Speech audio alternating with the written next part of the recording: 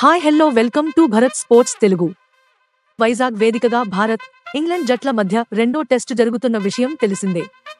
ఈ టెస్టులో team India captain Rohit Sharma అభిమానులకు మంచి ఎంటర్టైన్మెంట్ ఇస్తున్నాడు. 4లు, 6లతో కాకుండా తన హాస్య చతురతతో అభిమానులను అలరిస్తున్నాడు. ఇప్పటికే రివ్యూ విషయంలో అంపైర్ సలహాను తీసుకోవడానికి ప్రయత్నించిన రోహిత్ తాజాగా మణికట్టు స్పిన్నర్ కుల్దీప్ యాదవ్పై అసహనం వ్యక్తం చేశాడు. ఆపై తనదైన శైలిలో సంబరాలు చేసుకుని సోషల్ మీడియాలో వైరల్గా మారాడు. ఇంతకీ విషయం ఏంటంటే, ఆదివారం మూడో రోజు ఆటలో ఇంగ్లాండ్ ఛేదనకు దిగింది. మూడో ఓవర్లో ఓపెనర్ జాక్ క్రాలేకు జస్ప్రీత్ బుమ్రా అవుట్ స్వింగర్ విసిరాడు. బంతి బ్యాటు దగ్గరగా వెళ్లడంతో టీమిండియా ప్లేయర్స్ అవుట్ కోసం అపీల్ చేశారు. అయితే అంపైర్ నాటౌట్ అని ప్రకటించాడు. దాంతో రివ్యూ తీసుకోవాలా వద్దా అని ఆటగాళ్లతో కెప్టెన్ రోహిత్ శర్మ చర్చించాడు.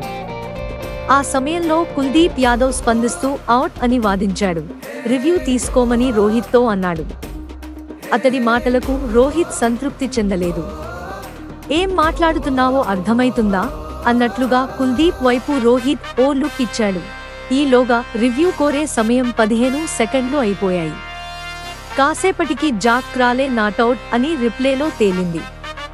దీంతో రివ్యూ తీసుకోకుండా మంచి నిర్ణయం తీసుకున్నానని రోహిత్ శర్మ సంబరపడ్డాడు.